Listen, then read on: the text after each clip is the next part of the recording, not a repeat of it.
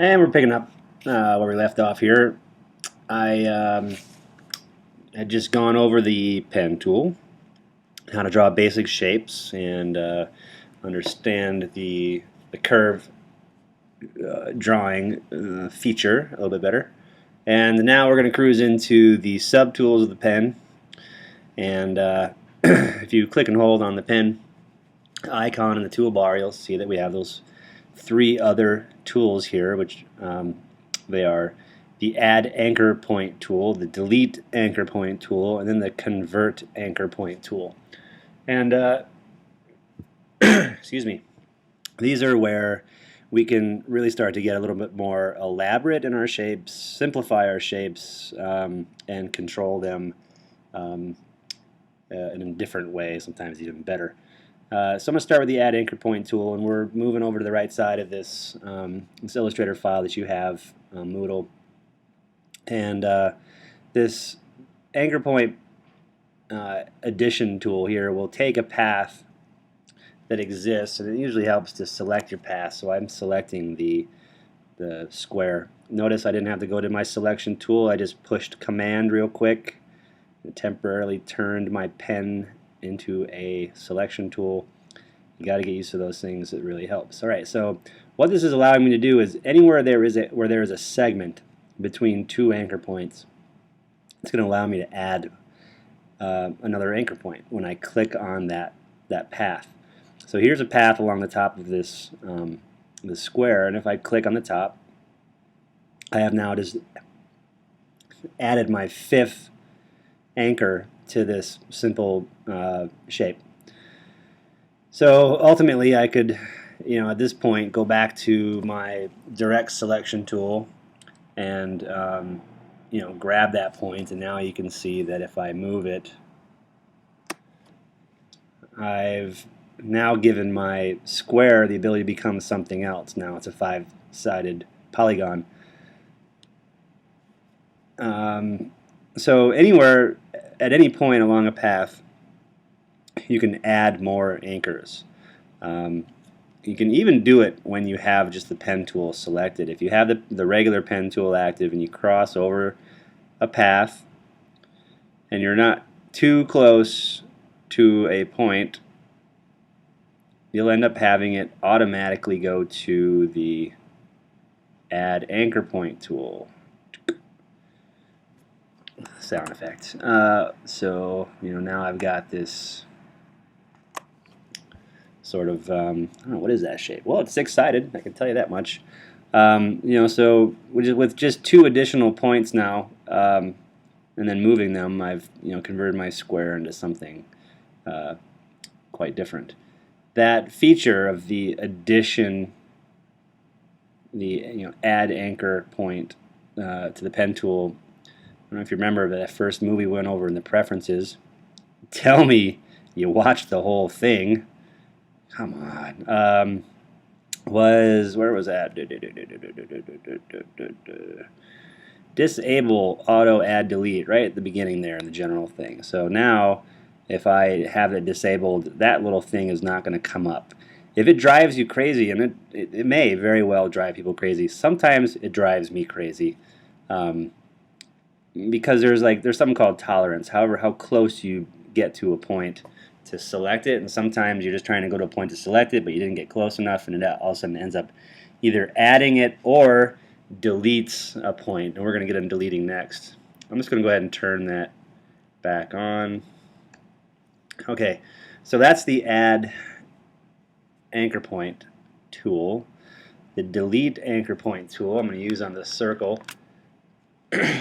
And this circle is also made up with 4 points, only instead of straight lines connecting those points, we have curves. And I'm going to take the rightmost point on this circle and I'm going to delete it. So when you are using the Delete Anchor Point tool, you have to actually click on a point in order for it to work. Otherwise, if there's not an anchor there, you're not going to delete anything. What I have done now is I have created a 3-point shape. It still ends up being kind of an ellipse. just because of the nature of the Bezier coming off these other anchors. I could manipulate these anchors and just turn it into like a half moon or something like that. And if I went and deleted the left one, now I get a nice oval, just 2 points with 2 paths, Beziers to create the oval. I'm going to just delete those 2 subtractions because I'm going to come back to it later. Now if you went to the little cross down below here, this is the shape that I made, and it would be 1, 2, 3, 4, 5, 6, 7, 8, 9, 10, 11, 12. It'd be a 12-point shape here, which would also make it 12-sided. Must be, right? Yeah, I think so. And then I added some anchors at the tip of each end of the cross. If I was to delete all of the corner pieces,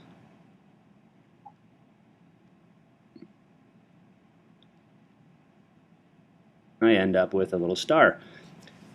Merely just for the exercise and the chance to go through and delete points. That's all I want you to do with this exercise, is just go through and do these things that I'm doing so that you can actually experience the change that will occur when you use them. So that's the delete anchor point tool. Now I'm not going to go back to the plus tool. You should be able to get it from that. The final one is the convert anchor point tool.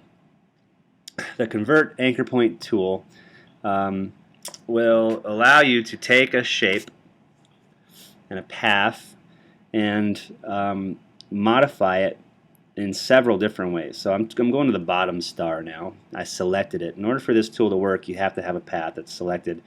If it's not selected, you'll get a little warning thing that looks like, well, it doesn't look like anything, it just beeps at you. So make sure to select your shape that you want to tweak. And then, so here's a star that has these, God, what is it? Is it 8 points? 1, 2, 3, yeah, 8 points. Well, it's a 4-pointed star, but there are 8 anchor points through here. So if I were to click on one of these anchor points and drag in either direction, you'll see that the convert anchor point tool has control over the curves. It adds a Bezier to shapes that don't have Beziers, so they have like hard corners and straight lines. So if I were to drag it to the right, that basically is showing me that this shape was drawn clockwise, because if I drag to the right, it's basically you can see that it's not twisting up. It's not getting caught up on itself. If I drag to the left, then it's getting twisted. It's catching up on itself. I'm dragging in the reverse way that I should be, which is to the right. So I could ultimately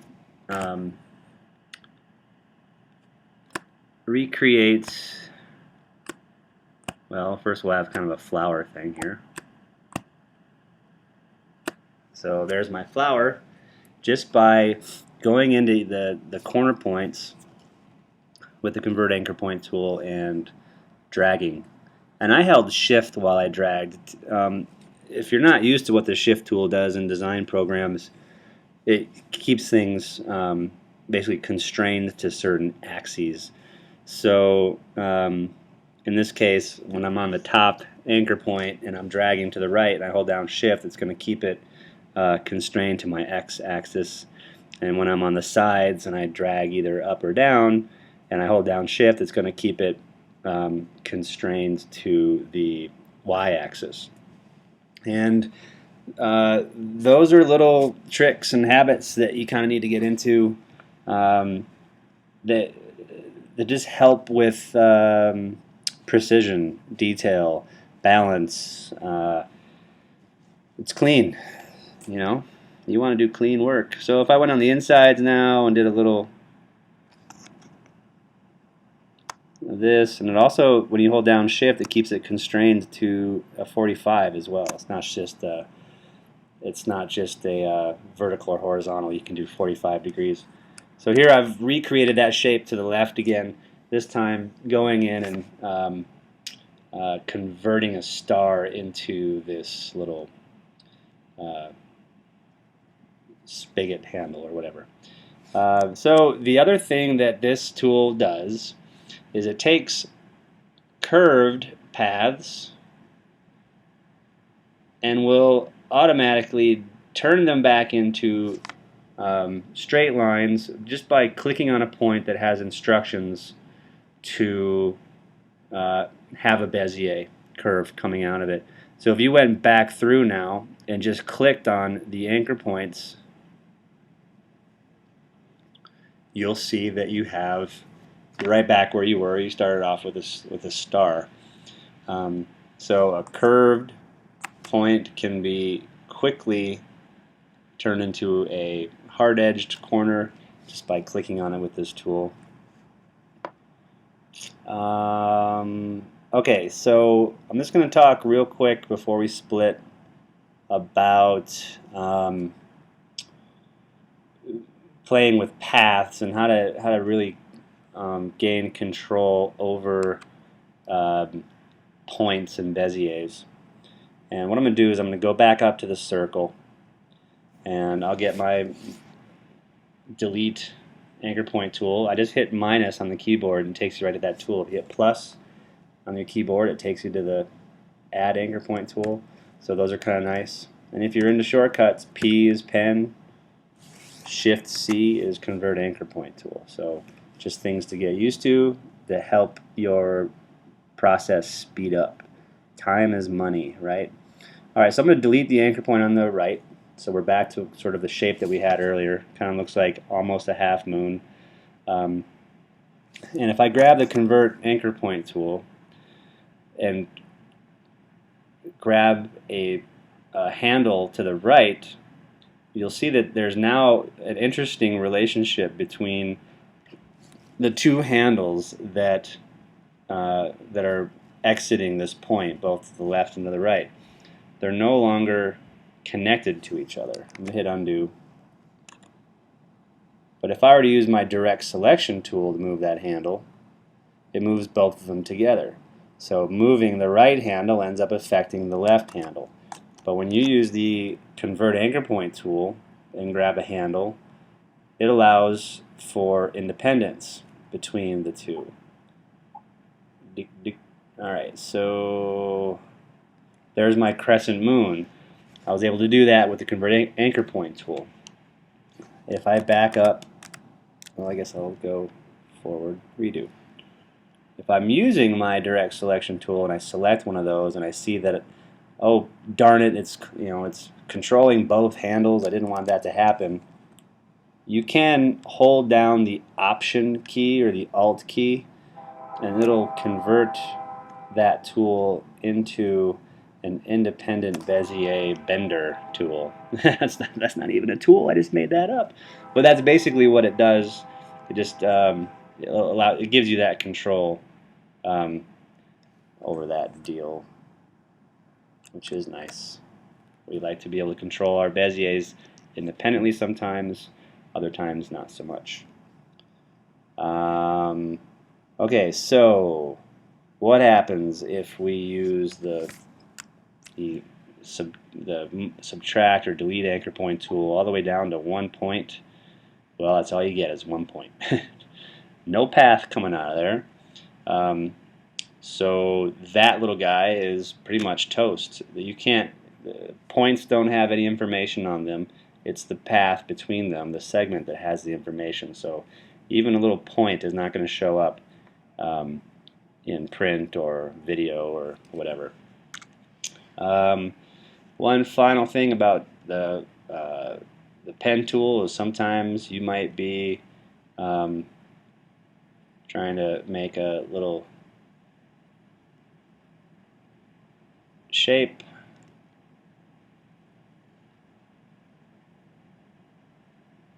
And you might get to a point where that's going to be a big fat ear underneath there. Don't really want that because I want the ear bigger up here. All right. So you might get to a point where maybe you accidentally click off, or you walked away, or you checked an email or something like that in the middle of drawing a path.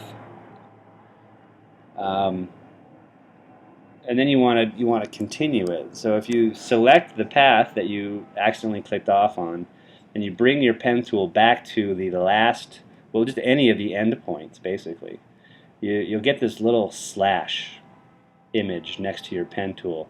That little slash means that you're going to pick up and continue that line somewhere else. So now if I were to come over here and then click, I've got my somewhat of a face. It's not perfect. You need to come over here. I think you need to come over here. You got a little Bezier work that needs to happen. Square the jaw out a little bit more.